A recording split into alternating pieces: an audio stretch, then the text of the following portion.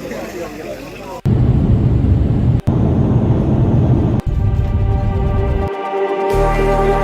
like the street lights lit this town, like a fire in a blaze, gotta burn it down. Here we are, folks. Can't be afraid to leave this out.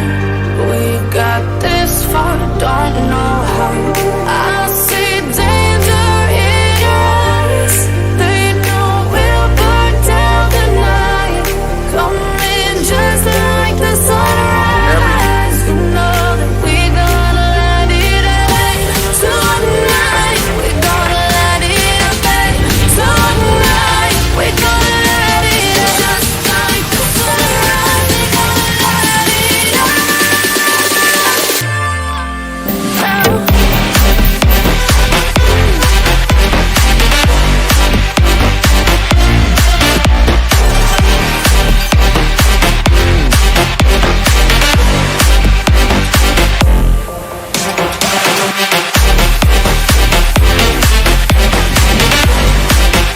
Welcome back once again. This is Chris Report, and he assured me that since Simonstown and Boulders,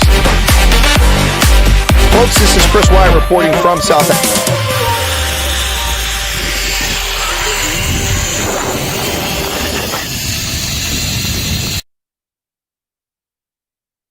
Thursday, February 15th, 2024. Welcome back to the program, folks. Live from Central Pennsylvania. It's not Saturday night. It's Chris Wyatt Reports. Glad to have you back with me once again. Busy day yesterday. Busy day again this morning. Busy, busy, busy. Well, better busy than nothing to do, that's for sure. Welcome back to the program, folks. This is Chris live in Central Pennsylvania. 11:05 Eastern Standard Time makes it 18:05 in South Africa. 20 degrees Celsius in my abode on February 15th. 2024. It is Thursday, just a day away from the long-awaited weekend for many folks. Let me say hello to everybody in the chat very quickly. Val Cooper's here, Joking Atheist is here, thanking me for my response from an email in which he sent me those links to the videos about drones destroying Russian tanks. I sent some responses to that, and he appreciated that. Dylan Combrick is here, as always. My timestamps are not showing up. By the way, I don't know what's going on with Streamlabs, but for 2 days it was wonky. Today it worked fine. When I opened it, fingers crossed, and hope that it works perfectly fine. As a consequence of its behavior, the software the past few days, I had to open it up 20 minutes before the broadcast today, and so seems to be working. All right, Eric is here. Hey, Erica, Teresa, welcome to you. And then Ken Aronson's back. Ken, good to see you again. Once again, Ken has the distinction of being the first person I ever had a meet and greet with in South Africa. How cool is that, Ken? How cool is that? Yep. And then we've got Val Cooper, Joking Atheist. Ashley Engelbrecht is here. George, welcome back, George. Wolf K, good evening from a sweltering Pinetown. Okay, Erica had to reboot. Well, I had to reboot my computer this morning because something wonky was going on with Firefox. When I moved it to my second screen, the top of the browser would be whited out, and I couldn't do any of the functions on the menu, reduce it or size it, anything. So I had to reboot my computer this morning. I don't know what's going on. Also have a new video driver for my NVIDIA video card, that expensive card that when I bought this machine 3 years ago was over $800 for that video card. I didn't pay that, but it was $800 there. Val says, yes, Night Owls, please save me from watching crap TV. Well, I'm debating about a Night Owls, but over on Real Chris Wyatt, since we haven't done anything over there for a bit. So you guys let me know, and I'll consider doing it. I need a break from all the hubbub and hustle that I've been involved in for the past 3 weeks. And so I figure chatting with my audience might be kind of cool tonight. So I thought maybe we'd do a Night Owls, and I'll pick a few topics, and we'll go from there. Maybe talk about some history and some other things, but we'll see. Maybe current events. Emil Therrett is here. Welcome, Emil. Wolf K. And then Charles Van Onselen has made it in. Ulrich Fenta is here. Welcome, Ulrich. When I see a name like Ulrich Fenta, I get confused because it's German and Dutch and Afrikaans. Anyway, so Peter John Wurst. Welcome, Peter. And why isn't it Peter Jan? That one's puzzling too. Anyway, Dan Hook is here. And who else have I missed? Marilyn Brokenshaw. Hey, Marilyn, how are you, young lady? Good to see you there. Always a distinct pleasure. Ladies and gentlemen, you may not know this, but one of the nicest people you ever meet, Marilyn Brokenshaw. Really, really nice person. Really nice. And her significant other, also quite a lovely person too. I enjoy their company immensely, and I'm kind of bummed out that I'm not there this year. This time last year, that's where I was at. in Joburg, I think, on this date. I'd have to look at the photos, but I think this is where I was. Actually, let me take a look and see where I was on February 15th of last year. I have the files. We have the technology. We can rebuild him. Let's go back to February of last year. Let me go to the 15th. Okay, got a lot of photographs here. 4,253 photographs from that trip to South Africa. Yeah. Okay, so on the 15th of February, where the heck was I? Come on, come on, come on, come on. There's the 9th. There's the 11th. There's Valentine's Day. And, oops, where's the 15th? On the 15th, I was in Pretoria. I was staying with Marilyn that day, but I went to Pretoria on that date. That's correct. Yep, in fact, that's the date that I also interviewed last year. On this date was the day that I interviewed Ramon Cabanak. That's right, folks. Yeah, Ramon Cabanak. I did the interview with him last year on this date, the 15th of February. And then I met a lovely lady at the windscreen repair place because there was a little chip I didn't want it to spread on the car that I was on. After that, where did I go after that? Let's see what this is. Oh, yeah, I went to the AfriForum Theater in Pretoria where I met up with none other than, oh, that came out very poorly. Let's see if this one's good. Yeah, none other than the singing cowboy himself, folks. And for those who don't remember, that's Dean Chancey. He and I were guests last year at the launch of the documentary by The Conscious Caracal on 15 February last year. Looky there, folks. Yep, Dean Chancey, the singing cowboy. That was a distinct pleasure. Had a lot of fun. That was an incredible trip. And that's where I was this time last year. Imagine that, folks. Yeah. No, that was not when I lost the rugby ball in Maryland. See, I come to South Africa so often, people don't remember exactly when things happen. The lost rugby ball was the first trip. That was in August of 2022. That was the second trip.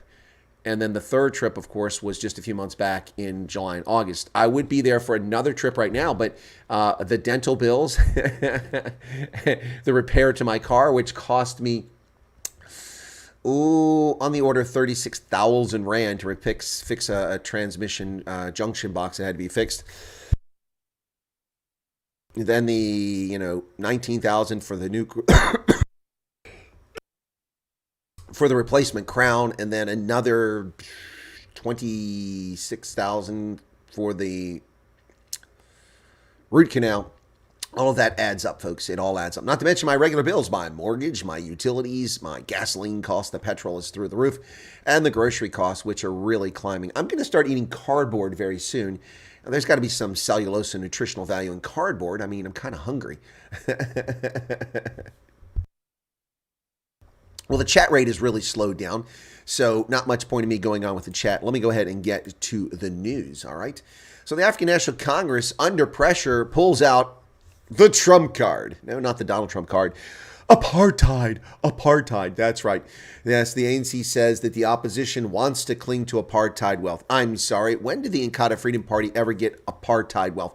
When did the African Christian Democratic Party ever get apartheid wealth? When did the Umkhonto we Sizwe Party, the Patriotic Alliance, and a host of other parties of the 300 plus parties ever receive apartheid wealth? And for that matter, when did the Democratic Alliance, which didn't exist under apartheid, ever receive so-called apartheid wealth? This is a desperate, failing political fraud that is seeking to hoodwink the voters. And it works very well. We'll see some voting results in by-elections coming up here shortly. And you're going to see just how crazy South African voters are. Very disturbing if you're a South African to see what's actually happened here. So, under pressure, the failing ANC says the opposition wants to cling to apartheid wealth. Now, the State of the Nation debate, which is comical. What are you debating?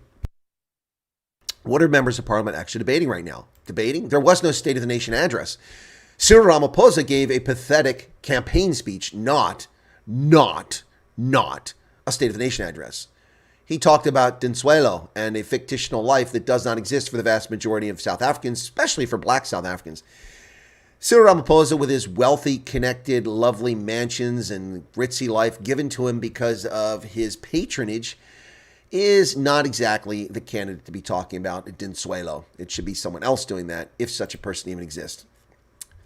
Feeling the pressure from several surveys showing they're below 50%, and with its former leader's new party eating into its support, the ANC suggested that its opponents want to maintain apartheid in the debate on President Cyril Ramaphosa's State of the Nation address.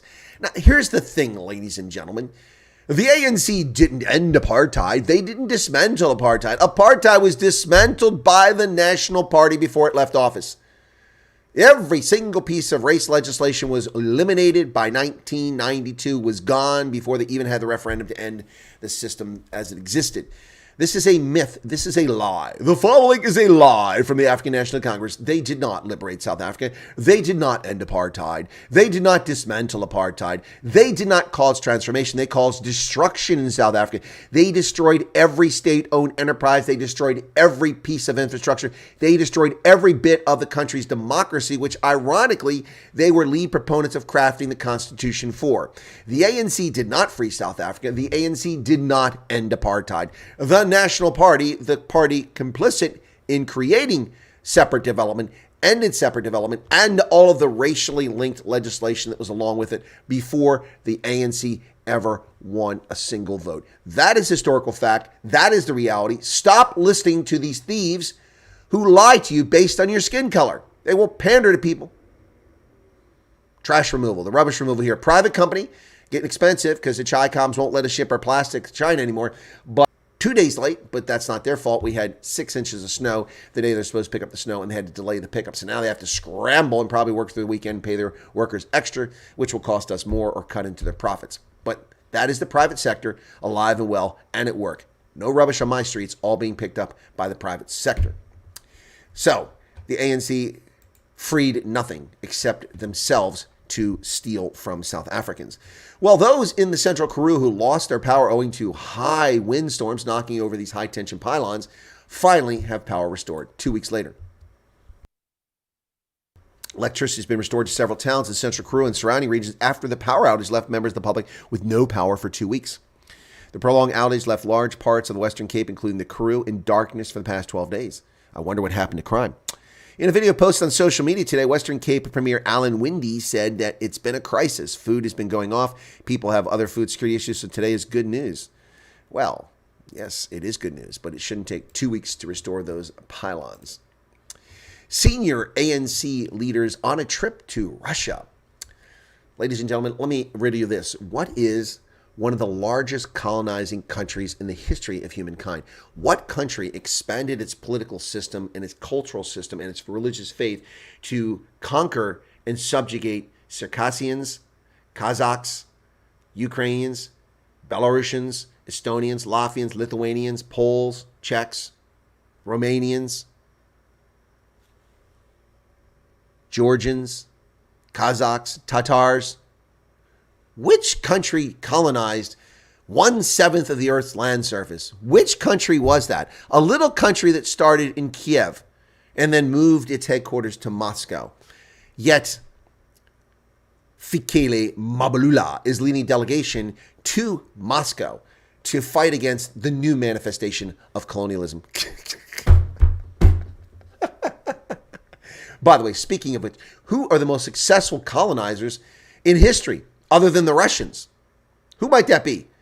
The Bantu-speaking peoples who emerged from a very small portion of what is today Cameroon, spread across West Africa, and then arced across East and South and conquered all before them. The Pygmies, the Khoi, the San, the Neolithic people, pushing them all aside and conquering and occupying their land, stealing their land, enslaving their women, and stealing their cattle. Those were the Bantu-speaking peoples, the most successful colonizers outside of the Russians.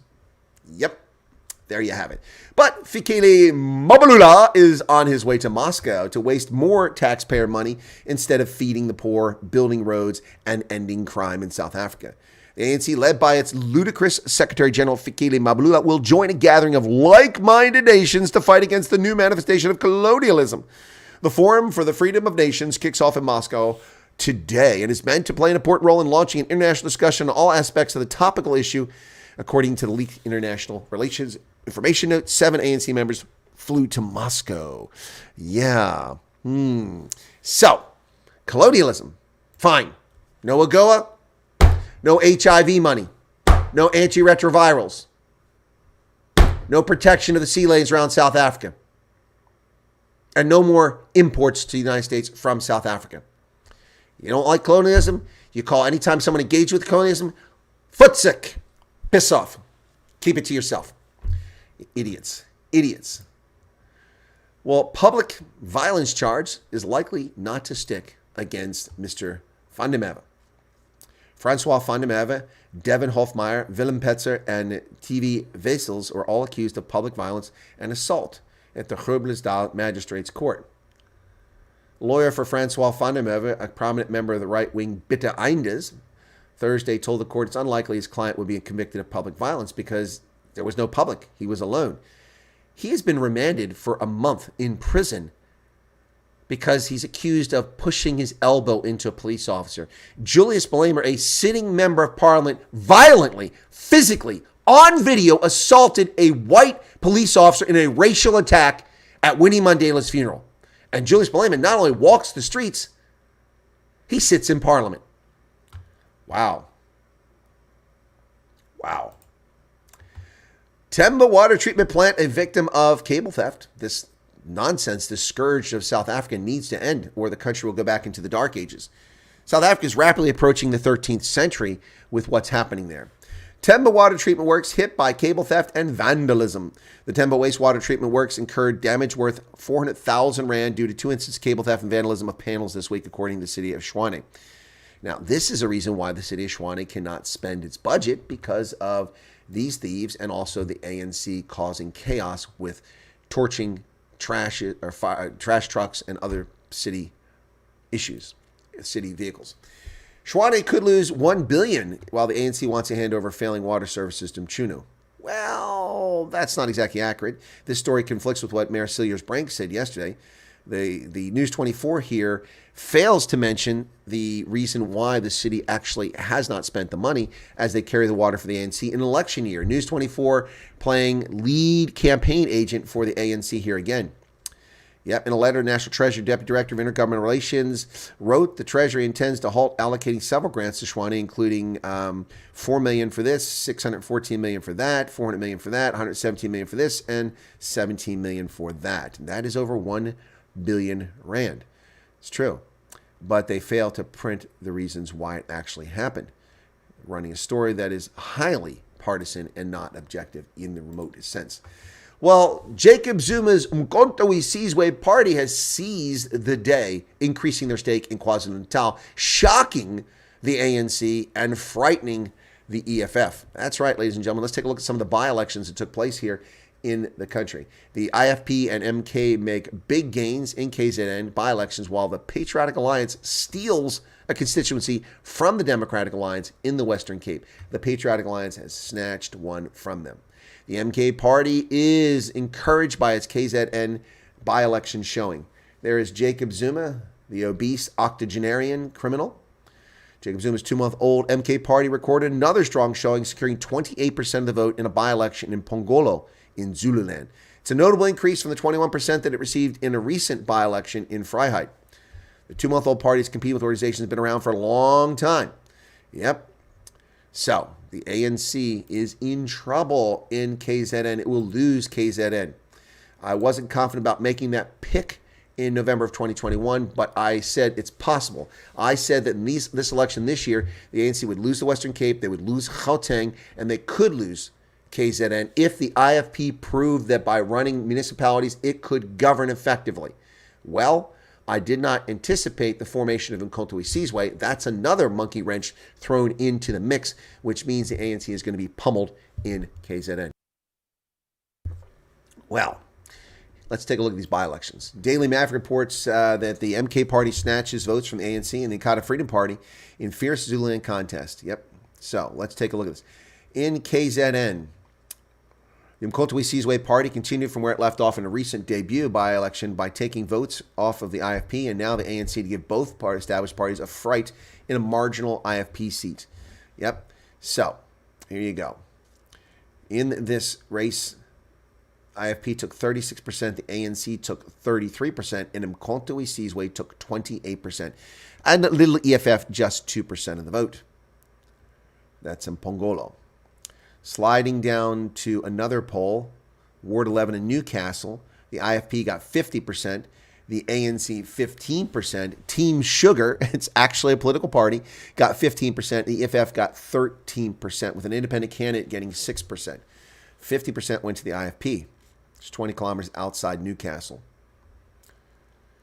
In the Western Cape in Ward 8, the Patriotic Alliance soared to a lead here with 63% of the vote. The Democratic Alliance just 23%.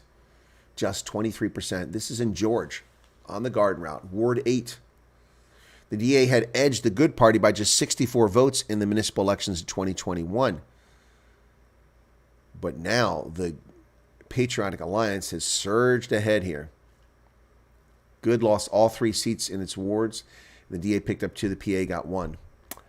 Here is Ward 10, Elgin Farms in T-Waterskloof in Overberg. DA got 28%. Good got 51. Excuse me, Good didn't get 51%. Good got 26%. The DA had 51%. They dropped to 28%. This should frighten the Democratic Alliance. Ladies and gentlemen, the Democratic Alliance in Elgin Farms, Ward 10, had 51% of the vote in 2021. Today, they have 28%. The Good Party had 26%. Today, they have 12%. The PA had 12%. Now they have 21%. Excuse me. Good went up to 26. PA went up to 21. So the DA lost nearly half its support in this ward. That is a very disturbing development for the Democratic Alliance, and they need to pay attention to it. In Gauteng, in Ward 25, Bradel and Brentwood Park in Ekurhuleni, the DA won 87% of the vote. The EFF got 9%, the ANC just 3%. Not a shocker here. The Freedom Front Plus did not participate in this by-election, so that's difficult to say. The reason that the EFF or the ANC, the reason the DA probably did so well is Freedom Front Plus voters didn't come out. They had got 19% in the by-election or in the main election in 2021, and they didn't participate here. So the ANC, the DA probably profited immensely from it. In the Free State, in Ward 11, in Nala, the ANC got 53%. No surprise here. An independent candidate got 25%. Another independent candidate got 17%. That's 32% of the vote. The EFF got 15%. But the EFF was beaten by 2 independent candidates, one in total by himself, and another half as much vote. Wow. The 2 of them together really thumped the economic freedom fighters. They did not do particularly well in this. DA didn't do well, and the EFF did not do well. In Northwest Province, a stronghold for the ANC, in Majakaneng, in Madabang, Bonjala, ANC took 80%, up from 68% in proportional representation. EFF was steady at 17%, and the DA doesn't even register in this ward. And there are the by-election results. A little mix of this, a little mix of that. Let's take a look at the poll here, which is blocking my view. Get rid of it over here. Why am I not live over here? What's going on? Come on, YouTube. Play nice. There we go. All right. So,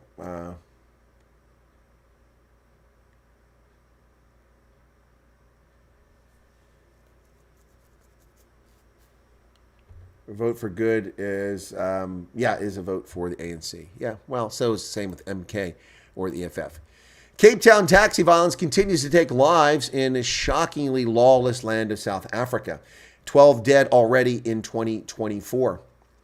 At least 12 people have been killed, including one passenger caught in a crossfire following sporadic taxi violence and related shootings in Cape Town, with over 17 shooting incidents so far this year. The attacks have all taken place in areas operated by taxis belonging to the Cape Amalgamated Taxi Association. Not good news, folks. Not good news at all. Yep, the youngest driver to be killed was 20 years old, according to police spokesman. This taxi war nonsense must stop in Port Elizabeth, in Cape Town, in Joburg. 2 South African National Defense soldiers killed in a mortar attack in the DRC. 3 more injured.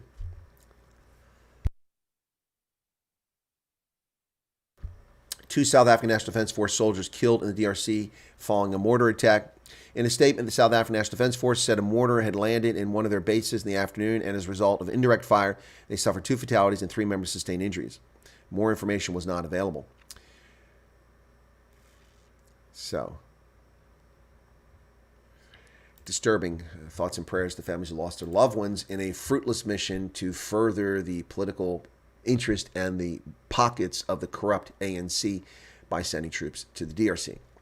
Julius Malema slams the deployment to the DRC, saying it's out of order, calls on Ramaphosa to revoke decision. EFF leader Julius Malema slammed Ram opposed the decision to deploy SANDF soldiers in war-torn DRC as out of order, imploring the executive to revoke the decision.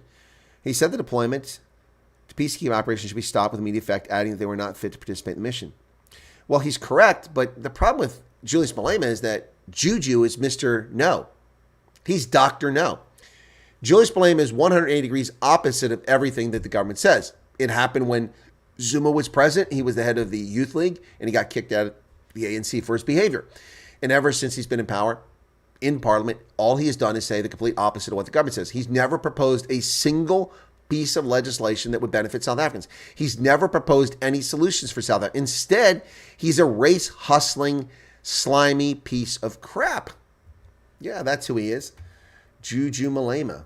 In fact, using political opportunism to arrive at OR Tambo for the return of South Africa's pathetic but suddenly successful national soccer team, a racist organization that excludes minority players from its ranks. Yeah, that's right. Bafana Bafana. How many Indians are on that team? How many colored? How many white guys are on that team? Ooh, 0. Yeah, that would be the case. How many? Yeah. Let's talk about Bafana Bafana. Using political opportunism, Julius Malema, the race hustler, takes the occasion of Bafana Bafana coming back to the airport to celebrate their third place finish in the African Confederation Cup to talk about race. We knew Bafana were arriving at 4 a.m. and the place would be empty, says Malema, so we showed up, with his commie Red Star hat on. EFF leader Malema says the party supporters turned out in numbers for Bafana Bafana's return because they knew the team's 4 a.m. arrival from the Africa Cup of Nations might cause an embarrassingly poor turnout. Well, the fact that Bafana Bafana sucks and has never performed up to expectations in 24 years might be a reason why nobody shows up at 4 a.m. I'll bet you if the Springboks showed up at 4 a.m. from the World Cup, the place would be packed. Healthy dose of political opportunism might well have been a further motivation, according to the Times Live, and there's some honest reporting right there. Yep. So this is what he had to say. By not showing up, we are avoiding being heard. People stay away, but when you perform well, people are going to come out in their numbers, he said, Julius Malema. It's very rare you can have supporters here at 3 a.m. That's a sign of love, commitment, and appreciation because you've done something good. Well, 80% of the people who showed up were EFF supporters who were sent there by their bosses to make a show of force. So you really can't claim that's a show of love. If they just cared about Bafana Bafana, they'd be wearing Bafana Bafana colors, not EFF t-shirts. Think about that for a second there, Juju. If they truly supported Bafana Bafana, they would be wearing Bafana Bafana t-shirts and waving South African flags, not wearing a political party shirt and waving a political party's banner and wearing an idiotic beret. That is the truth of the matter. He says, ordinarily, they were supposed to come in and then go home. Anyway, so then he continues. He says, there was a period, he insults Bafana Bafana. There was a period when Bafana were like real cows. They could miss kicking a stationary ball. Wow. Sounds like the misogynist President Sununu of Tanzania who insulted the women's soccer team, saying they were ugly and breastless. But this time we saw the highest form of internationally competitive football. Malema scolded white people. His absence at the airport, he said, was notable given how black South Africans support the Springboks when the national rugby side enjoyed a tournament triumph, such as last year's World Cup victory that sparked huge nationwide celebrations. Asked about the EFF's call for supporters to return to stadiums and back Bafana, he said, if you look at Bafana games at FMB in the past, you will not miss an EFF flag there. There should be no political flags at a sporting event, you moron. We always took a conscious decision that no matter the performance, Bafana are us, and to denounce them would be to denounce ourselves. Oh, my goodness. So he goes on to say that we must be stronger together in all sporting codes. And he's stealing that from the Springboks, stronger together. It must not be selective and racialized where you have a contingent of people coming to receive Bafana Bafana and you can hardly see 2 white people. And then that is something you must not talk about because it is dividing people. You've just racialized it by saying that only 2 white people were there, which is also a factually incorrect statement. There were more than 2 white people there. It's simply a lie by Julius Malema once again. But when it's a white sport, as we are all there, including those who have no idea about the sport. A white sport? What is a white sport, Julius Malema? Do tell me, Mr. Race Hustler, what is a white sport? If rugby is a white sport, why is Siya Kolisi the national captain? Why is Bongiam Benambi playing in the front row? Why is Tende Mtawira, the Zimbabwean come South African, a famous South African rugby player? Why is Jean de Jong playing? Why are all of the South Africans of color playing rugby if it's a white sport, you race hustling, slimy little bastard. But if the country is happy about a rugby victory, you want to be happy with it because you're patriotic. We can't say the same. It's so unfortunate. So you're calling white people, you're bemoaning the racialization of sports, and then you racialize it, and then you call white people racist because they don't watch a team that denies opportunity to white athletes. Your argument for not backing the Springboks during the apartheid era is that black players weren't allowed to play. And it's a fair argument. But that hasn't been the case in over 30 years, almost 40 years. Oh my goodness. Julius Malema, South Africa's race hustler number 1. Wow. United States troops have intercepted an Iranian ship loaded with missiles and drones going to the Houthi in Yemen. U.S. forces on January 28th, that's some time ago, but we're just finding out about it, seized a ship originating in Iran loaded with missiles and drones and destined for the Yemen's Houthi rebels. We heard about this ship being seized previously. The Pentagon revealed today that it blamed the regime in Tehran for aiding the Houthis in continuing targeting commercial ships in the region. Tehran is a rogue, out-of-control state that must be sanctioned by the United Nations for sparking chaos and war in Gaza, in Lebanon, and in the Red Sea. These people are a threat to global security and must be dealt with effectively by the lame, weak United Nations. If not, someone else must deal with the theocrats in Tehran before they have nuclear weapons, which they will likely use. Vladimir Putin endorses Joe Biden for president. Yeah, it's true. It's true.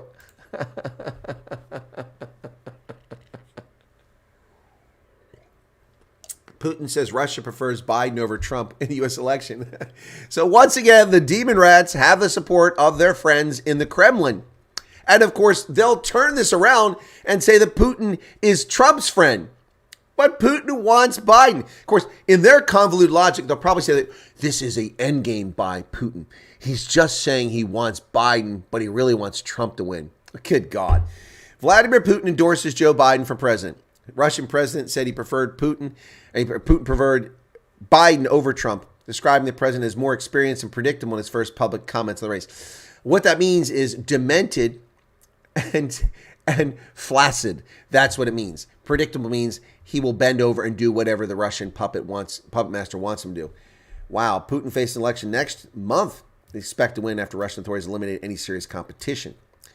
He praised Biden yesterday, also sharply criticized administration's policies toward Russia. Yeah, while he praised Biden. Wow. There you go. Ladies and gentlemen, endorsed by Vladimir Putin, Joe Biden for president. Oh, at least they do it openly now. Hillary was endorsed by Putin, just wasn't done publicly. Rishi Sunak says that this needs to stop. Britain's prime minister. The prime minister said MPs have been targeted for exercising freedoms to debate. It comes after protesters gathered at a conservative MP, Tobias Ellwood's home. Aggressive mobs following pro-Palestinian protest outside of the home, which is illegal, by the way. You cannot protest like this. It's a crime in the UK now. On Monday night, the MP for Bournemouth East was advised by the police to stay away from his family home, where 60 to 100 pro-terror Palestinian demonstrators were waving flags and placards, chanting with megaphones, violating the law. Yet nothing was done about it. Nothing was done about it by the feckless, cowardly Met police and British police. Former French President Nicolas Sarkozy has been convicted of fraud and breaking campaign finance laws in yet another case of going after your former political opponents. Nicolas Sarkozy has been sentenced to prison. An appeals court sentences a politician to 1 year in prison, half of which has been suspended. In Paris, a French appeals court yesterday handed a 1 year prison sentence to former President Nicolas Sarkozy, found guilty of breaking campaign finance laws during his failed 2012 re-election bid. The court suspended half his prison sentence, adding that the former president could serve the remaining 6 months through alternative means such as wearing an electronic bracelet. France has a legal limit of 22.5 million euros on campaign spending, but they claim that he spent more than 40 million euros using phony receipts in an attempt to mask the spending. Wow. In August, French judges ordered Sarkozy to stand trial over allegations he accepted millions of euros in cash from the regime of Libyan strongman Gaddafi to finance his 2007 campaign. Sarkozy is one of 13 men the judges set for trial between January and April 2025 after an investigation that lasted more than a decade. An appeals court last year upheld a 3-year prison sentence for Sarkozy on separate case of charge of corruption, influence peddling. Wow. Going after your political opponents after they left office. Becoming a tradition amongst leftists. Speaking of going after your political opponents after they left office, the judge sets a trial date in Trump's Manhattan criminal case. Ruling in the case against Donald Trump can proceed, Justice Juan Merchan said he planned to begin the trial on March 25th, interfering with the U.S. elections in clear attempt to undermine U.S. elections. The judge on Thursday rejected Trump's bid to throw out the Manhattan District Attorney's criminal charge against him and said he plans to set a trial date for next month. The judge announced the decision to begin jury selection at a hearing in Lower Manhattan Court as Mr. Trump looked on from the defense table. The former president's lawyers objected to the judge's plan and said it was unclear whether he might relent. Well, he won't relent because the effort here is to destroy the candidacy of Donald Trump and to steal the events of 2024. That is the intent here by the current regime, and it's succeeding apace between them and the media that control the atmosphere. This is what we're seeing. Well, speaking of misconduct, Fani Willis, who hired her boyfriend and went on trips with him after lavishing with $660,000 in an illegitimate racketeering case directed against Donald Trump and 18 co-defendants, is in the hot seat still. The Georgia judge will hear testimony in motion to remove her from the case. Ashley Merchant, attorney for the defendant Michael Roman, is leading arguments for the defense. Also present was legal counsel for about half the defendants, including Giuliani, Trump, Meadows, Clark, and Shealy. Defendant Harrison Floyd attended the hearing in person with his attorneys. The Fulton County Superior Court Judge Scott McAfee scheduled a 2-day hearing on a motion to disqualify Fulton County District Attorney Fani Willis from prosecuting the racketeering case against former President Trump. Yep, Fani Willis in the hot seat once again. Yeah. Well, New Hampshire has banned the English language. A bunch of morons under a rhino governor, Sununu, up there in New Hampshire have banned the use of the English language. These morons should be driven into the sea and let them become Aquaman because they clearly are idiots. Wow, banning words. New Hampshire bans normal, elderly, he, she on state websites. He and she are pronouns which are used to communicate in the English language, you dingbat doorknobs. Elderly is a word to describe people who are old. Normal is a word to describe people who are not Democrats. Or not leftists, at least. In a move aimed at fostering inclusivity and respect, New Hampshire's idiotic, moronic governor, Chris Sununu, his Department of Information Technology released new guidelines for state-run websites, including banning words like elderly and normal. According to a memo by Catherine Mitchner, Director of User Experience, they have a Director of User Experience. What, are these people like wipe the toilet seat for you? The Director of User Experience. Come in here, use this bathroom. I'm going to wipe it down for you. Director of User Experience, posts the state's internal network, encourages the use of inclusive language. Miss Mitchell, who prefers the pronoun they, well, she can shove it. She is a she. She's not a they. You moron. They is a plural pronoun. It describes more than one person, you dingbat doorknob, Miss Mitchell.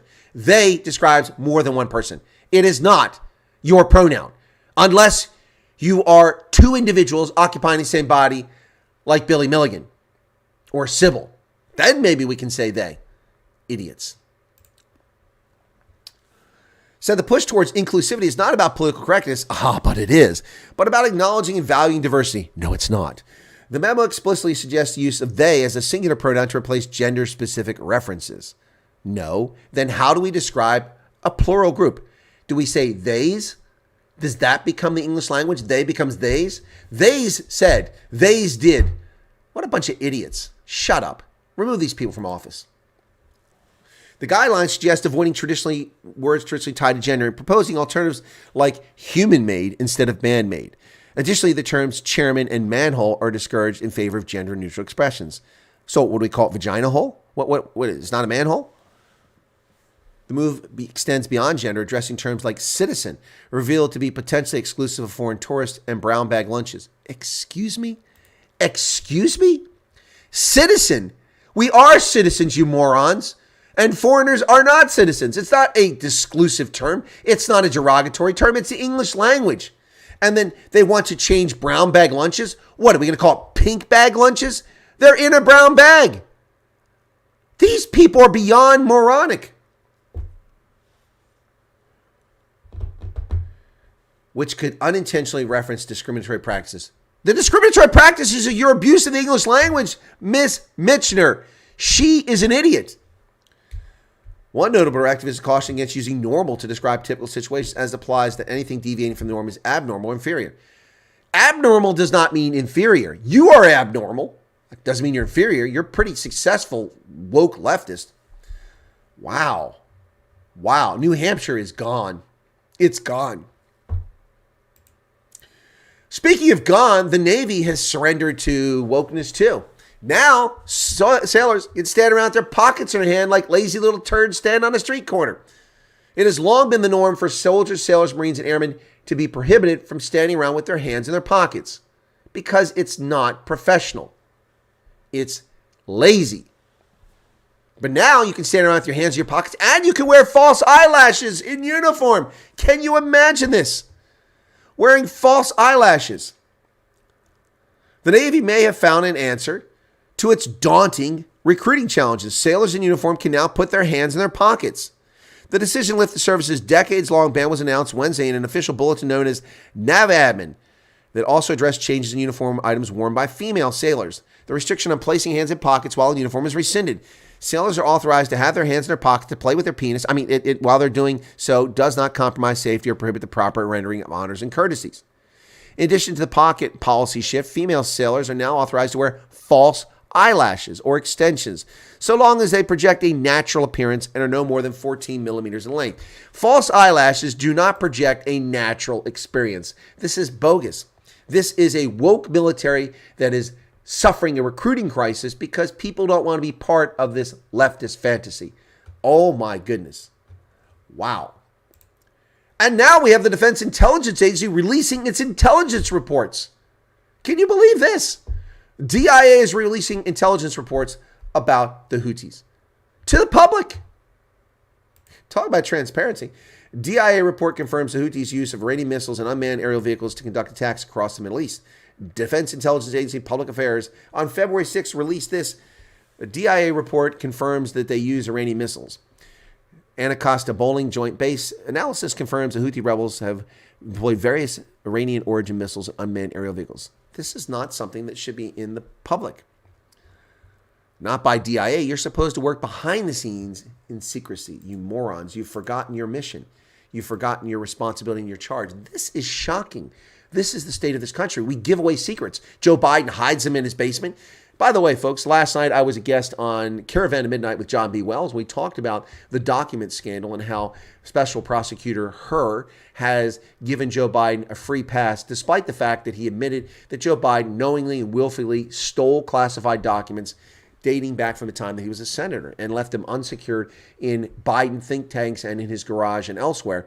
Who knows what else he stole? Of course, we know the National Archives and Records Administration are a bunch of liars because they claimed erroneously, falsely, that they had secured all of the classified documents from the Obama administration when clearly Joe Biden was busy scarfing them up and stealing them all the time. All right, I think we have enough votes. 64 votes for the poll. 80% said yes. So 80%, that would be 8 times 6 is 42. So 43 of you said you'll be there. Well, I will do a night owl, and you better be there. All right, let's get back to the chat here. That's the news for today, a little bit shorter than we've had recently. So, all right, where are we at here? Yeah, Jokey Atheist, that's right. They conveniently forgot the referendum and who gave people the vote. The ANC did not end apartheid. It was the National Party. And Ken Aronson says, well told, Chris. Thank you very much for that. I think you're referring to what I said. Kurtz Verhove is here. ANC Cater, of course. Grasshoppers here. I did not see Kenneth Mishway's speech. I'll have to check in on that. All right. John Stevenson carried on with the Densuelo story in his address. I did not see that. I started to watch it, but I got busy. The rains have come early in the Cape, Grasshopper. Well, we've been told that global warming means that you are living in perpetual drought in the Western Cape. Never mind the fact that there's 10 times, 15 times many people drawing on the same water resources a century later, or the misuse of water resources. But it's climate change. Yep. I love the way the community forgot that, who gave them the vote. They should just sweep it down the storm drains as Rainbow Nation. Nick Muller's here, the scientist, the British most successful colonizers. No, not really. English is the most successful colonizing language. Hey, Tactical Michael just subscribed. Thank you for subscribing, Tactical Michael. I think a lot of people are watching the farm murder video that I did. Again, I broke my personal rule yesterday for the first time ever, folks, and I did it intentionally. I may be very clear about this. I've told you for the longest time that I was reticent to monetize videos that included the suffering of people, but fortunately it wasn't a death. In the farm attack that occurred for Johan Leroux that took place in Mpumalanga, that video is monetized, not so that I make money off of it, but because if I don't monetize it, then YouTube hides my video and nobody finds it. I want people to find this and be aware of what's going on. I think the response has been overwhelmingly positive to the video. So, Krusty the Clown. Yeah. When are you on John B. Wells? Caravan Midnight. I saw a post by Hendo. That was last night. It was last night I was on there, Debbie. Now, with John B. Wells, the program starts at 9:30 Central, so it's 10:30. Wait a second. No, he starts at 9 o'clock. Anyway, it starts at 10 o'clock my time, and I don't come on until 10:30. So I'm on for an hour and a half with John B. Wells. So you have to go through the first hour. If you don't hear me, I come up at the start of the second hour, or at the bottom of the half hour, something like that. I'm on for that last hour and a half of the show. So just figure out how long it's on and go back and watch the last 90 minutes of it, or listen to it. So China's a modern day colonizer. Indeed they are. It's time for USA blackmail South Africa regarding money. Another scam. Boy, I keep getting these. They just don't give up, these scam artists. Blackmail South regarding money and trade. Totally not biased. EFF untouchable clowns. Yep. I was hoping Malema's firearm case would have judgment before the elections. No, not going to happen. Yep. The famous Neisnes seahorse colony was decimated by the criminal ANC. Failed service delivery and sewage spills have wiped out the famous estuary population of seahorse. I didn't know that, Joking Atheist. Thank you for sharing that. Neisnes, what a beautiful spot. It's a shame they've ruined it. Be nice to have numbers instead of percentage. Percentage of what, Ken? Hello, S-Bach. Last elections we held in 2021, the ANC forgot to register. That's right, they did forget to register. Yep. And then they extended the deadline, which was illegal. Yep.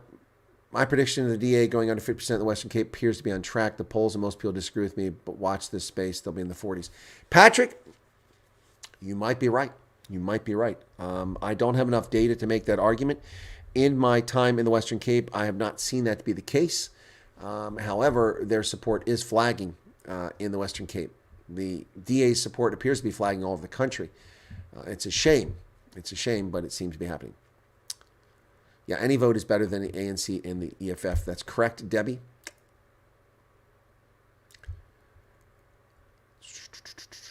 What else we got here? Debbie says, we need to stop this lawless society instead of concentrating the Congo, focus on our own doorstep. Agreed, 100%. And we need to stop sending all of our ammunition to a proxy war in Ukraine and actually focus on Americans and American needs. That's what we need to do. Traditional color voters have become racialized and have appetite for the PA. I think you're right, Bebop. I think that's a fair statement. I think, and the good party as well, which is a sucker. Yep. Science is correct in my point. The goalkeeper on Bafana currently is colored. Okay, well, there you go. So one colored. There you go. Yeah, they lost to Swaziland. That is embarrassing. Yep. So, Joking Anthony's noticed an uptick in anti-Semitism in the past few weeks. Is your experience in America the same? Yes, it's very much the same. Not here in Pennsylvania, but across America, the attacks on Jews have been rampant. You know, the media is quick to rush to the fake narrative that Asian hate crimes are up and it's being perpetrated by white Americans, which is a total fabrication and lie. Asian hate crimes are overwhelmingly conducted by black Americans against Asians. That's a statement of fact that has always been the case in this country since the 1980s. It's been the case. And the media lied about it when that lunatic went to massage parlors where he'd been getting sex from prostitutes in Atlanta and murdered those people. Well, what the media failed to mention is they claimed it was an Asian hate crime. It wasn't an Asian hate crime. This is a person with a sexual dysfunction and mental illness who went to a massage parlor and thought that by killing prostitutes, he would no longer have an affliction. Yet they said that there was an Asian hate crime and also even claimed that he was a MAGA supporter. Remember that lie as well? No. He murdered a man and also a couple white women along with Asian women, and they completely ignored the death and suffering of the whites in that to run with their narrative. And then for the next 3 weeks, we were regaled with Asian hate crime stories in New York City, in San Francisco, and Los Angeles, and every single time they failed to mention the perpetrator. In every case that appeared in the press, the perpetrator, when you did the research and found it, was invariably black. That's not an anti-black statement. It's a statement of fact. That's reality. They rushed this nonsense. Yeah. Now, anti-Semitism attacks are up demonstrably in this country since Hamas attacked Israel on October 7th. up significantly. Even before Israel invaded Gaza, the anti-Semitism started spiking by celebrities, by people all over the country, at schools, on college campuses. We've seen it everywhere. And the media aren't running with these stories. They'll report them occasionally, but they don't run around with a... Remember when the white young lunatic shot up a synagogue in Pittsburgh? Oh my God, anti-Semitism killing Jews. Oh! Well, that was appropriate to be angry and upset. But we don't see that now when Jews are attacked. We didn't see that when blacks in New York City would hit elderly Jewish people in the back of the head with a sack of coins, knocking them out, thinking it was a funny game and a prank, harming elderly people because they were Jewish. Remember that? That was a few years ago too. They thought that was funny. The media didn't cover that story either. Yep. Report the facts accurately. Then deal with the reasons why these things are happening. Why are black Americans so antithetical to Asian Americans? They're not. However, if you look at where these crimes occur, they occur in places where Asian communities have moved in and have been far more successful than the traditional communities sitting there, and it creates animosity unnecessarily. Instead of being angry with Asians, the people living in the neighborhoods to start being successful themselves instead of being lead weights on society. But no, we'll blame it on white people who aren't even present. That doesn't solve anything. Yes, it's way up, joking atheists. Hey, Pierre Orban, welcome to you. Patrick is disgusted because he plays soccer quite a lot, and he's not happy. He says his preference. Well, Patrick, it's great that you like soccer. I find it to be a very boring game to watch. I can only watch the World Cup, and I can't even watch that anymore. After this last World Cup, the women and the men, their disgraceful conduct, I can't even watch the World Cup anymore. Besides, I want to watch the German team, which is a team I supported for decades, but there are no Germans on the team. I'm sorry, there are no Germans on the team. Poles are not Germans. Ghanaians are not Germans. Turks are not Germans. I want to see Germans on a German side and winning for Germany. So I don't watch that anymore. Soccer I find to be mind-numbingly boring. It's a fun game to play, but it's a boring game to watch. People say baseball's boring. It's a lot more exciting than soccer. In South Africa, it's okay and normalized for everyone to use the word white when they dislike something, and it's safe to do that because there are no consequences. Exactly. Jacques Clote says, if Malema knew how much the UN pays South Africa for each soldier deployed, he would be sending his own people for that grift. You are correct, Jacques. It's over $3,800, I think, per soldier now. Let's take a look at this. Let's take a look at this real quick and see what the current figure is. Google UN pay for DRC. Okay.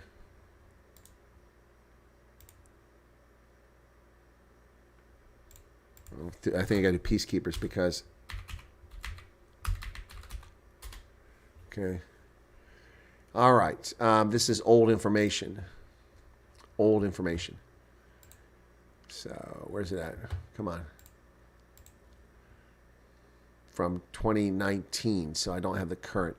By the way, the top 10 providers of money for peacekeeping operations, United States, 27.89% in the 2022 budget. 28% of peacekeeping comes out of our pockets. China's at 15%, Japan at 8.5%, Germany at 6%. And no African nation pays for peacekeeping in any significant fashion. It's all done by the West. Yeah. So the current figure as of 2019 was $1,428 per UN soldier. That number has gone up significantly since then. $1,428 stipend is paid times 19. That is 27,000 Rand per month that are paid. Peacekeeping soldiers are paid by their own government according to their own national rank and salary. Countries volunteering for peacekeeping operations reimbursed by the UN at a standard rate of 27,000 Rand per month per soldier. So 3,000 soldiers times 3,000 soldiers is 81,396,000, 81 million Rand per month that the government of South Africa gets because their soldiers are in the Congo dying. So think about that. Think about that. And Jacques makes a good point there. Jonathan DT says Malema should expropriate the mines and leave the farms alone. No, shouldn't expropriate anything. And Bebop says, joking atheist, I would start off with roping in genuine black DA leaders, not the token American accent fakes. Okay. All right. The mine owners or what? Moved to London, New York, and Tel Aviv. We need that money for South Africans. No, the mine owners aren't Americans and London, New York. They are black South Africans whom most of the mining industry has been handed off to. Most of it's controlled by black South Africans now. They're the ones moving the money overseas. American football, baseball, and basketball, boring to watch. Nope. American football is incredibly exciting. Baseball is a bit slow. Great to go watch the game in person. Basketball is very exciting to watch, but I don't watch the NBA. Tennis and squash. Do I play both, but never be caught watching while awake, says Joking Atheist. Well, it's like soccer. Never be caught watching it. That is correct, Debbie. Whether the government of South Africa pays that directly to the soldiers or keeps the money is up to the government of South Africa. Bangladesh and countries like that keep the money themselves, but I don't know the status of South Africa. That $81 million per month.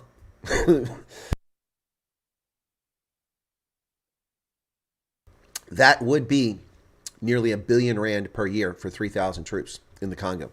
Yep. And it comes from our pocket. 28% of that money comes from the American taxpayer.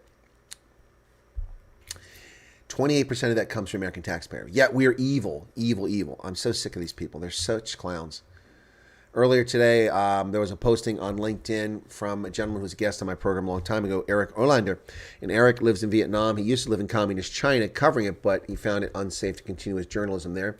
He started the China Africa Project, a very good effort, but he seems to be very unbalanced when it comes to objectivity. He makes a suppositionary article about what will Trump do, elected president. Will he abandon the Philippines? And my response to Eric was, well, the problem with your supposition is that Trump has a track record. He didn't abandon the Philippines in his first term. In fact, Asia got a lot of his time and attention. And people behaved. The Chinese stopped ramming Japanese fishing boats. Kim Jong-un stopped firing intercontinental ballistic missiles over the airspace of Japan. And Vietnam, out of convenience, became a closer friend of the United States during Trump's time. All of which is true. Why would Trump abandon the Philippines? His argument is, well, because if he won't help wealthy European countries in NATO, then he's certainly not going to help a poor country like the Philippines. That's ludicrous. We have far stronger ties to the Philippines, and look, I'm not picking on Eric Olander, but that's lame analysis. The United States has a far greater strategic interest in the Philippines than it does in Belgium, than it does in France. The only real interest we have in Europe is security. Yes, there are economic ties, but they're going to be there regardless whether they have an alliance or not. But NATO is about collective security. And NATO partners were not paying their fair share. Trump was right. And when he foolishly reiterated his comments from 5 years ago, or 7 years ago, 8 years ago, whenever it was, when he reiterated those at a speech over the weekend, the press went back crap crazy. And people aren't paying attention to what actually was said and what actually happened here. He was simply relaying what he said previously. He said he had told them if they don't pay their fair share, you think I'm going to defend you? Well, Germany, which was paying just 0.9% of its budget for national defense, now is paying 2%. But to be fair, a lot of the reason why they're spending 2% of the gross domestic product on defense isn't for the German military. It's to fuel their proxy war in Ukraine. And all the tanks and armored personnel carriers and ammunition and artillery shells they've been sending to Ukraine to fuel this war to kill Ukrainians, while the cowardly Ukrainians, males of military age, live in Germany off the taxpayer dole. So the Germans are paying for a proxy war, which the cowards of Ukraine can't even bother to go fight for themselves. How sad is that? Charles says it goes into ANC coffers. The SANDF troops only get paid their salary and danger pay, which is what I suspect. When we do UN peacekeeping, we don't get the money. It goes to the government. I think. I could be wrong about that. I'm trying to remember. A friend of mine used to be the commander responsible for organizing troops to participate in UN observer missions. I could be wrong. I'll admit if I'm wrong. Maria Ramos moved her mining company to the London Stock Exchange. So much for the grifter. Her hubby is Trevor Manuel. There you go. See, there you go. Colored folks in South Africa owning the mining and relisting it elsewhere. Yeah, the Philippines was briefly in American territory. That is correct. The Spanish-American War of 1898, precipitated by the explosion on the Maine, probably done by American agents, to draw Spain into a war to feast upon the colonies of the rapidly collapsing Spanish Empire. And as a consequence, the Philippines came into our possession, as well as Cuba, Puerto Rico, and a host of islands in the Pacific.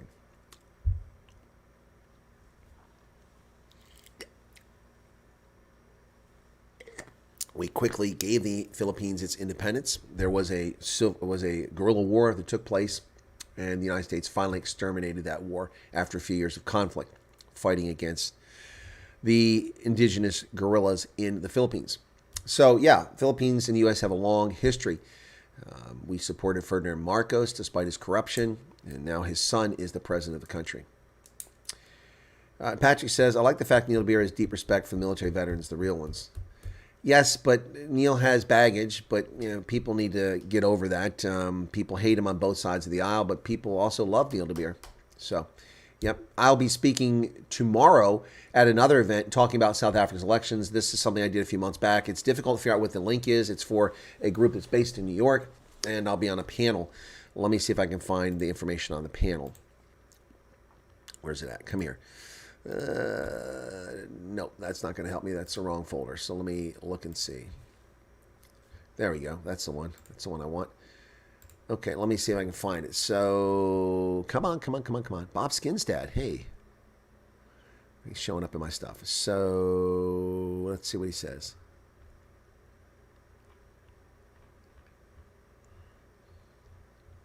Come on. There it is. Okay, this is the AU Roadmap to Silence the Guns in Africa, Political Corruption, Youth Unemployment, Effects on South Africa's Elections 2024. Yeah, oh, and there is a super chat, I believe, from Nick. Whoa, 350 Rand. So did you enjoy the Caravan of Midnight last night? Doing radio is a little more, it's more difficult when you can't see the person on the other end. It's been a while since I did it. I was also interviewed for something completely unrelated this morning by a newspaper. That was a quick interview, though. I don't like radio interviews or telephone interviews. I prefer to be in person. Courtney says, been working 70 hours a week. I'm close to being done, looking for a better job. My body hurts and I'm tired. Wow, management keeps pushing. Well, that's because the Postal Service isn't profitable, and they've been suckling off the teat of the taxpayer for far too long. And unlike UPS and FedEx, they don't make money, or DHL. So they're trying to get profitable, and they're just taking out from their employees. But thank you for the super chat, Nick. Appreciate that. Yeah, so I'm trying to find this thing. So Dr. Benjamin Akwai is the founder of Bella and Associates Consulting, and it's a Sankofo African Affairs Series program. So it's in partnership with Bella and Associates Consulting. So I do this. Charles Ray, former U.S. Ambassador, Dr. Sichaba Kahopa, Representative Ann Bernstein from South Africa, Center for Development Enterprise. And then Dr. Poklue Myandu, the Assistant Director of Center for African Studies in Washington. I don't know him, but I know the African Center for Strategic Studies. So that's tomorrow at 10 a.m. my time. If I can find a link, I'll share it in the groups. Last time they gave me the links and it just didn't work out well. Hey, David Aquara has published something that's on LinkedIn. That's the guy we interviewed previously, the young filmmaker from West Africa. Anyway, so there you go. Right, that's what's coming up there. So don't like hurting my body and ruining my quality of life for failing. I agree with you, Courtney. I agree with you 100%. I encourage you to find something new. By the way, Courtney, I've not looked at the schedule. Let me take a look here at the Major League Rugby schedule. I don't even know if it's even out yet. I'm trying to look at a game to get out to Salt Lake. So USMLR, there we go. Let's see if the website still works. Nothing happening. There it goes. A little slow. Okay, let's see if the schedule comes up. Well, Miami's got some pretty cool looking jerseys there. There's kind of a strawberry colored. Schedule. Okay, March 2nd. Is that when the season starts? Wow. Still got 2 weeks to go. So let me look at when Utah is playing. Utah is in Houston on March 2nd. Okay, so let's go to the next one. March 10th, 9th, and 10th. Then Utah's at home on March 9th. Okay. I probably could come at the end of April. So let me zip up there and see what's coming up in April. April 5th, they're at home against Anthem RC. I don't know what that is. It was Anthem. It's a new team. Miami Sharks is the team out of Florida. I like their jerseys. I might buy one just to have one. April 14th, April 20th, April 27th might be the first time I can actually do it. And they're home against Old Glory. Oh, there you go. That might be the game I go to. April 26th, 9 p.m. Eastern Standard Time. So it'll be 7 o'clock in Utah. So maybe April 26th I'll come out there. We'll see. That sounds interesting. All right, April 26th. I'll put that on my calendar and see if I can't swing it to come out to Utah. How's that sound? How does that sound? All right. Yeah. Debbie's feeling the love. Hester's here. Welcome, Hester. I will send you the Warrior schedule on WhatsApp. Okay, thank you for that, because I just have the entire schedule here. How can he get work from post? Well, he's sore, John, lifting all the boxes and shuffling and moving about and delivering things. It's a lot of physical labor. That's why he's hurt.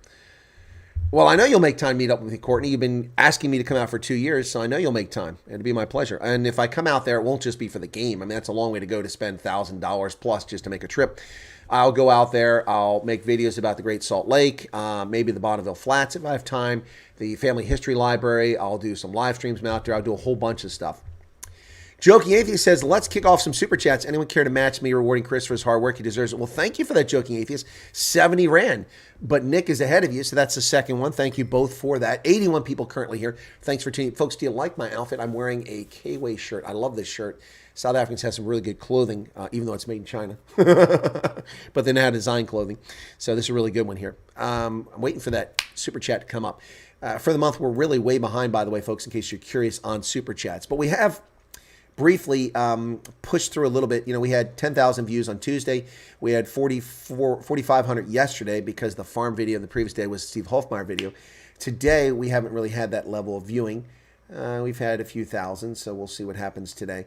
But yeah, I'm just looking at the revenue for the channel. And for the month, we are at about 36% of what we achieved last month.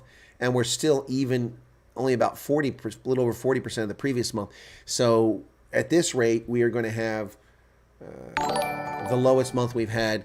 And there's the one from Joking Atheist. Thank you, Joking Atheist. We'll have the lowest revenue month we've had since, oh my goodness, at this rate, unless things pick up in the rest of February. Let me look and see. So, hang on. Wait a second. That isn't right. What year is that? That can't be right. Oh, here we go. Oh, it's in the wrong order here. Okay, so yeah, the lowest rate we've had since December. Well, since May of last year. Yep, if at the rate we currently receiving revenue on this channel, it would be the lowest we've had since May of last year. Yep. By the way, we are growing a little bit on subscribers, courtesy of those two videos. The Steve Hofmeyer video got us, according to the stats from YouTube, let's see how much we trust that. The Steve Hofmeyer video now has 12,100 views, and we've gained 79 subscribers as a consequence of it. Thank you to anyone who's tuned in because of that. And then the video I did about Johan Leroux, who survived that brutal attack, that one has gained us another 34 subscribers, and it's actually spiked this morning. 596 watched it from 7 to 8 this morning. I'm not sure why it surged. Someone must have promoted it, and then it quickly died off again. But it has gained 600, 8, 9,000, 100, about 1,200 views today. So that's pretty cool. And we've gotten 34 subscribers from it. So between the two of those, we've gained over 100 subscribers the past few days. Chris Marie has given a super chat, 35 Rand. And there is Chris Marie's super chat, 35 Rand. Thank you for that. And then Charles Van Onselen does a 35 and says the show must go on. Folks, don't super chat if you're in financial straits. Please don't do that. For those who have the means, if you have the money, you can help out. Thank you for it. But don't just do it just, to be part of the team. You are part of the team whether you super chat or not. Well, if you don't like lifting heavy boxes, then you have millions of illegals who will do it for you half that money. No, they can't work illegally for the Postal Service. Nick just gave 5 memberships. Hester got it. Charles, Myra, the scientist. Courtney is coming up. I never had carpal tunnel until I began working for UPS, and now management has the nerve to give me crap about not being fast enough. So, Hester, your membership, congratulations. Courtney has a $5 super chat coming up, and we still have Charles' super chat coming up as well. The 5 gifted memberships, the first one's come on the board. My 5 pence got one. There's the scientist. There you go. In this age of science denial, the scientist has the correct username. Debbie says, lost connectivity for a bit, but glad to come back and see all the super chats. Lovely super chats. Charles is membership. Thank you for that. More healthy treats for Chris. Well, it's better than this, I suppose. One thing that's been quiet has been the PayPal. I haven't looked at PayPal in a while, but not much has happened there. There's Myra. These are all regular stalwarts of the channel who are now getting the memberships. It's pretty cool that they're going to people here a lot. Yep. So, Charles says, thanks for the membership. Cool beans. There's my 5 pence. I think that's all 5, if I got it correct. Let me look at my PayPal. I haven't looked at PayPal in donkey years. I don't think anybody's put anything in there. If they have, they've been very quiet about it. And there's Charles. Oh, that's a super chat. Thank you for the super chat, Charles. Saluting the wrong way. What's going on here? Come on, PayPal. Get a code. Now I've got to use my phone for this because that dual factor authentication. And Courtney donated $5. Courtney, you have carpal tunnel syndrome in just a handful of months. Are you sure it's carpal tunnel, or you're just in bad shape? Carpal tunnel usually develops after years of misuse. So I'm not disputing that you don't have carpal tunnel. I'm just saying that it may not be at that stage yet. And let's hope that's the case. Just have sore joints from doing things you're not accustomed to doing on a repetitive basis. But carpal tunnel comes from doing the exact same motion over and over and over again over a period of time. Yeah, let's see. Activity. Nope. I got money from TikTok. January 15th, I got paid $2.32 from TikTok. I must have gotten some money for my videos. Didn't even know it. Yep. Now, the last thing I got was Christmas Day from Erica and Janet. Gave me Christmas presents in PayPal. Thank you for that. Thank you for that. Okay. Yeah. So, look, Malema talks about the Bafana Bafana arrival at OR Tambo and says it's a shame that sports are racialized. You know, we're here because we are Bafana Bafana. But notice how there are only a couple of white people here? I'm sorry, did you just racialize what's going on? Of course he did. He's a race hustler of extraordinary origin. Hey, by the way, folks, in case you're curious, I know you're not, but in case you're curious, yesterday, my solar panels set a record. My daily consumption of electricity is somewhere in the order of 17 kilowatt hours per day. 17. Yesterday, my panels produced 35.3 kilowatt hours of energy. That means I pumped in more to the grid than I consumed the entire day. Came out way ahead. That is awesome. Today it's a little hazy, not quite as sunny, so the production's about half what it was. But even at this hour, at 12:15, I've got 8.27 kilowatt hours, which is not too bad. Just a few days ago, because of the cloudy weather before the sun came, I got just 6 for an entire day. Yesterday, 35.3. Wait till summertime, man. Oh, baby. Man, oh, man. I can't wait to generate all that juice and flood the power grid with my electricity. Taking advantage of all the services that my labor union has to offer. Ugh, labor unions. Ugh. Don't spend your TikTok bucks all at once. Yes, I do. $2.32 won't even buy a Frappuccino. I'm just surprised. I monetized my TikTok channel ages ago, and I haven't. Maybe they're trying to get me to come use it. I haven't been putting in videos on there of late because I haven't been rewarded. TikTok has frozen my account. I keep getting notifications of hundreds of people who signed up to be followers on TikTok, yet my number is stuck at 12,900. It doesn't go anywhere. So it's just a fraudulent platform. Talking off grid, my deep cycle batteries need replacing. Heavy cost. Oh, yeah. That's why I don't have batteries, joking atheist. I didn't do the batteries. Not part of that. I just generate what I can during daylight hours and feed the excess back into the grid through the inverter. And then I live off the grid the rest of the time. So the only way I would change that is if I put a backup generator, but don't do that. Bring that summer loving. Wish we were too. What's this? We're funded to do solar to feed the grid. Well, I wasn't funded. Folks, as I've said, once again, I paid $0 for my solar system.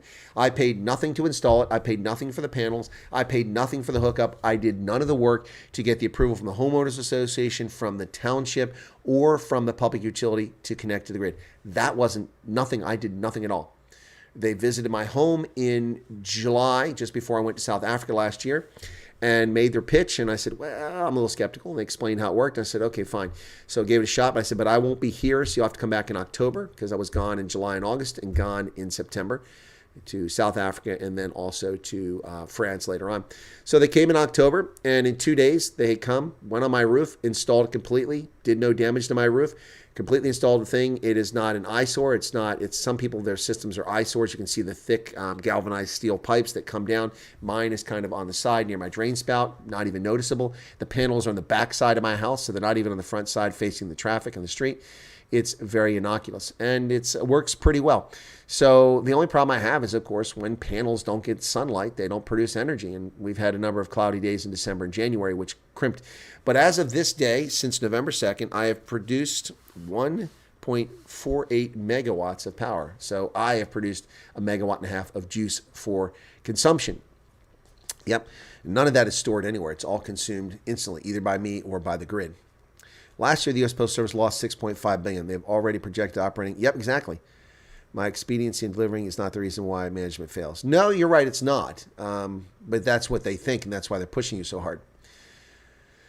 Inverter batteries already need replacing after 6 months. Exactly, Debbie. That's what I said. And then where do they go? Toxic batteries go into a landfill, polluting the water table and damaging the soil and harming humankind. This is not a solution. These batteries, it is not a solution. And they don't last very long. Acid gel. They usually die that fast in heavy usage. Solar is a mix of radiation. Everyone thinks it's purely photons. Radiation is key. Yeah, ultraviolet radiation. Yeah, but cloudy days, I still get electricity. Like right now, it's cloudy. I'm still getting 3 kilowatt hours out of a max of 8. I've never reached 8 before. I've hit over 6, but never hit 8. But that's because the ultraviolet radiation is coming through, is it not? Yep. Inverter batteries. What's this? Bring on that summer loving. Seeing the first-hand and profound failures, the Postal Service only solution is privatize and focus on parcels. There you go. There you go. Well, that's what I said. Amtrak and the Postal Service should be completely privatized and not supported. Fannie Mae and Freddie Mac should be completely privatized, and they should have their congressional charters rescinded, directing them to do the things that Congress forces them to do. It is not the role of government to do the things that the government does in the housing sector. Got solar panels, but they're underperforming for some reason. I still need to get someone to check them. Yeah, maybe there's something wrong. Yep. 12 volts. 24 volts are typically what you find in heavy military equipment like tanks and 5-ton trucks instead of 12-volt batteries.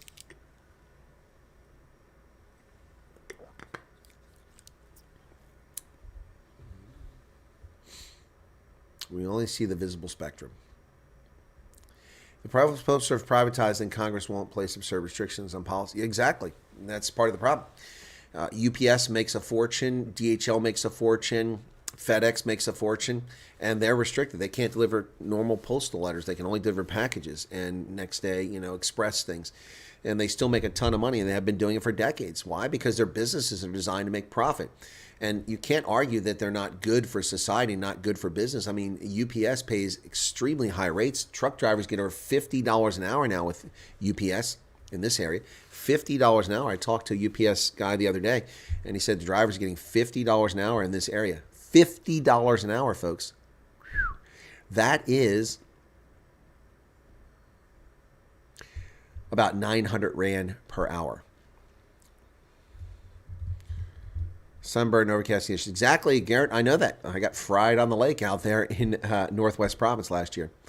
The rubbish guys are back. The first trip around, they collect the recycling. The second trip, they collect the bins for rubbish. And I can hear them placing my bins back in the street now. Do you run them below 25% regularly, and what is your recharge rate? Well, that's an interesting question, Joking Atheist. We seldom get load shedding, thankfully, so don't feel they last long. Even this week, had none. What's the update in Texas? Will they make a move for independence? No, they won't make a move for independence. And what are your thoughts on Musk being there? Well, I'm surprised it took him as long as it did to get to Texas and leave California. He never should have gone to California. I think it was a fatal mistake, but he's learned his lesson. And I wouldn't be surprised to see him at some point move much of his production from Tesla to Florida or to Texas. Yeah, boy, I got to stop using this bell because I'm starting to wear this down, the little strap there. So I'm going to stop using that one and switch back to the other one, or just stop using the bell altogether, which will make Arctic very happy. He hates that bell. Yep. No, so this year I've already produced more electricity in 6 weeks than I did in all of 8 weeks in last year because November and December weren't great. November started well, but it quickly tailed off, and December was terrible for electric production. So tomorrow, or maybe even today, I'll surpass all of last month's production. January, 31 days, in just 15 days, I'll surpass the electricity production, potentially. I'm about 10 away from where it was last month. So let me take a look. Last month was 321 kilowatt hours, and I'm at 313 right now. So I'm just 9 away from breaking that. I had one of them exchange it for me. What's this? If you run them below 25%, they won't last. Well, that's stupid. If you need them, you should be able to run them down. Yeah, batteries are not the solution. People keep coming up with this concept of batteries. Tesla and magnetism. What is your take on what's going on in the Ukraine war? Do you think any end is near? No, joking atheist. I said from the outset, if you go back to February of 2022, when the invasion took place, and I reported on it live from Florida, I said that this conflict will last 3 to 5 years, minimum, 3 to 5 years. I said it then, I say it now, and now we're 2 years into it, and it will at least last 3 to 5 years. Russia had a flawed operational plan. They had flawed strategic objectives, and Ukraine was a mess and couldn't defend itself were it not for the massive amount of weaponry poured into there and the money used to prop up the corrupt government of Volodymyr Zelensky. Ukraine would have lost this conflict long ago, despite the fact that the Russian forces were largely inept. This is the most embarrassing performance. And we feared the Red Army. We poured our national treasure into protecting Europe, mortgaging our future to protect Western democracy for 6 decades from this foe, this inept, incompetent Russian military. Seriously? They couldn't beat the Georgians.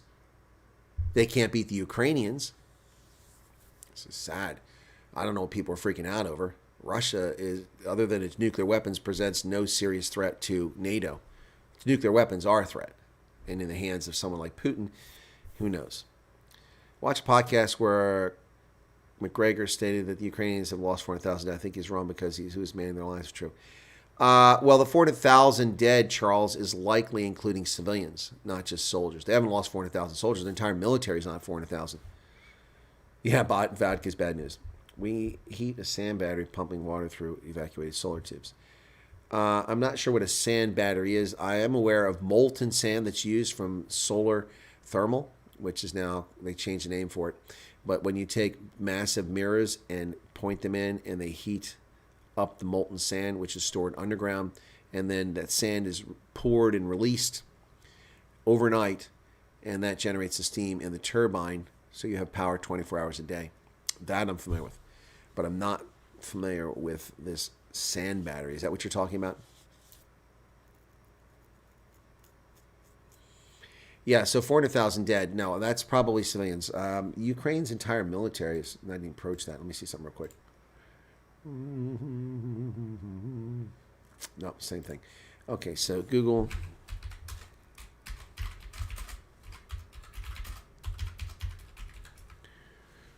Okay. Yeah, comparisons. As of 2023, their forces number 500,000, of which 200,000 are active duty military. Yeah, so 200,000 active duty military. There's no way the military lost 400,000. Yeah, there's just no way. Just no way. Yeah, so I'm looking at a chart here that said that Ukraine, now when is this thing written? This is written March 6th of 2014. That's a long time ago. A long time ago. Comparing the size. At then, Russia had 845,000 troops, 2 million reserves. Ukraine had 129,000 with 1 million reserves. Russia had 2,700 plus tanks. Ukraine had 1,150, but Russia had 18,000 in storage. Ukraine 1,400 storage. Russia had 1,571 combat aircraft. Ukraine 231. Combat helicopters 392 to 139. Combat vessels 82 to 10. Artillery 8,969 plus 17,000 in storage to 1,900. Yep. Yep. So, yeah.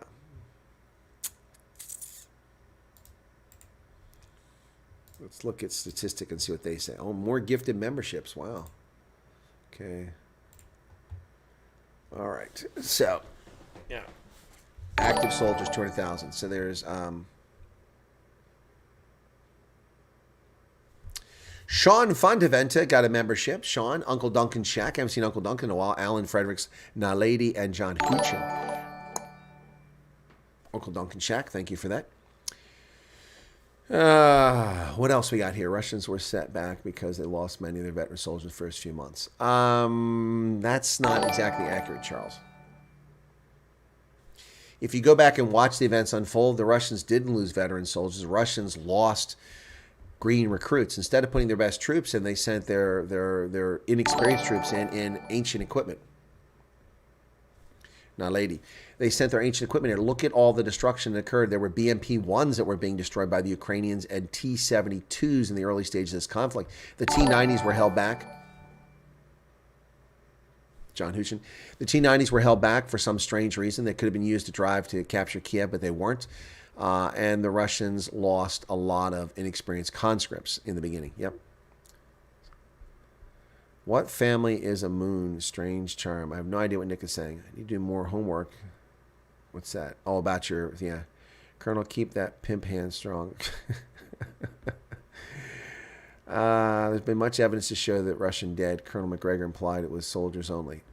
There's no way. It's 400,000 soldiers. If not, then Ukraine must be on the verge of collapse. 400,000 casualties. Yeah, the Russian numbers have been... No, wait a second. Did you say Ukrainian casualties? You didn't say Russian, right? I thought you said Ukrainian. Let me make sure. Yeah, Ukrainians lost 400,000. No, the media made these outlandish claims about the number of Russian war dead, making a claim it was hundreds of thousands when they have nothing to back that up. But whatever the case is, a lot of people lost their lives needlessly because of the arrogance of Volodymyr Zelensky and Vladimir Putin and the incompetence of Joe Biden and NATO. Yep.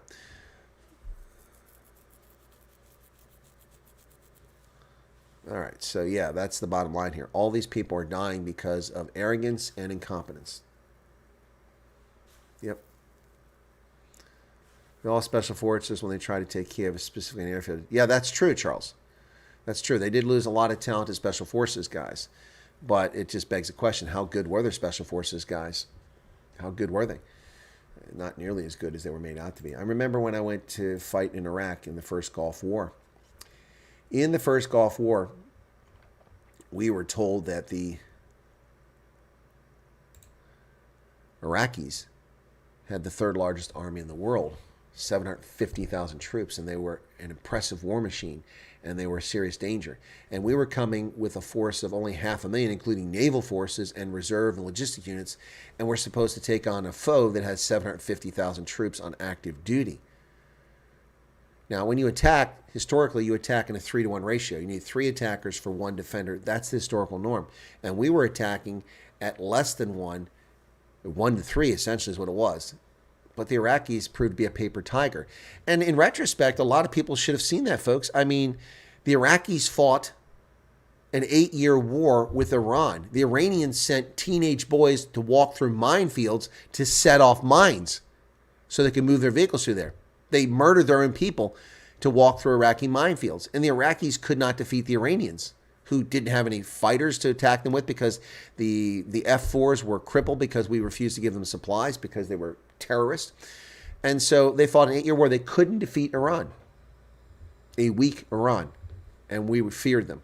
It's crazy. Ukrainians may be hiding their dead as there's virtually no footage in their cemeteries. Exactly. Exactly. What does South Africa look like after another ANC win in 2024? Well, if the ANC wins or forms a coalition, then there will be a massive outflight of capital overnight. If the ANC wins the election, billions of dollars will leave South Africa overnight. When I say overnight, we're talking 90 days. So, I mean, overnight's a relative term, not literally overnight tomorrow. We'll see a massive outflow of capital. We will see tens of thousands of wealthy South Africans get passports in places like Malta or Mauritius. C-130 flying over my house now. And you will also see crime continue unabated, and misery and suffering of South Africans will just continue. It's really, really sad. What else will happen? Nothing good will come of it. Nothing good. But even if an opposition party wins and takes charge with a coalition, South Africa will still continue to suffer because the bureaucracy is loyal to the ANC. That's whom they owe their fealty to, and they answer to their masters, the ANC, and they will cripple others as a consequence. Yep. Courtney says, oh, Courtney donated another super chat. Thank you for that, Courtney. Switching bells now. I don't think I like that bell. Maybe we'll just use that was easy for the super chats. That was easy. It's a lot easier. I just have to replace the battery on that occasionally. Ton of footage of Russian cemeteries. Of course, that's very biased news coverage. Yep. Anyone else going to the air show? Which one? This in South Africa at Waterkloof? Initially, my Iranian friend fought in the Iraq War and said the exact same thing about it. It's hang on, Fleshing. I got to wait for your chat to come up here. My old man was the Battle of Crater. Eventually, in politics, he was flown out to Bahrain. I don't know what Battle of Crater is. About those kids, it's when he decided to get out. Yeah, exactly. Yeah, no, that's what the Iranians did. They put kids, they walked them through minefields, and they were blown to pieces. They didn't care. Waterkloof, yes. Yeah, I know, that's a regular air show. Yeah, I tried to go to that a couple times, and I missed out, and I'd love to go to it if I was there now. It's in March. Okay. No, I won't make it in March. I was hoping it would be close to the election. Malta, quite the hook for a lot of people. Grass, green, yeah. Yeah. No, a lot of people going to Malta, going to Ireland, going to the Channel Islands. Channel Islands have a large South African population. Yemen South before. Oh, when it was never called Crater, though, was it? Yeah. Anyway, yeah. So, yeah, the Brits were definitely very involved. There was a great show called Aiden. I think it was the name of it, a British show. It was only on for like one season. It was pretty good. Yep. And it dealt with the British in that conflict there. Interesting stuff. Right, folks. Wimbledon has a large South African population. I didn't know that, but I know that the Channel Islands have a large, and was recently covered in the press. So I'm going to take a break here, folks. Thank you so much, and we'll be back with Night Owls. I have to decide whether I want it to be at 9, probably 9:30, which would be 2:30 here. So 9:30 South African time. It'll be on the other channel, and I'll put it in the groups. So you have to go to @RealChrisWyatt if you want to watch Night Owls tonight. 42 of you said you would be there, and 400 have tuned in at this point. So we will do a Night Owls over on @RealChrisWyatt, probably at 9:30 South Africa time. So give me time for a little bit of break, get a little nosh to eat here, and then also get ready. Yep, 9:30, but not on this channel, Paulie, on @RealChrisWyatt. We need some content over there. Debbie says be there, be square. All right, folks, thanks a lot. Appreciate your support. Have a lovely evening, and we'll look for folks to come over to Night Owls. Cheers, everybody. Thank you so much. Everybody loves somebody. That's what they say. And a happy belated Valentine's Day to all of the ladies out there. And I suppose the dudes too.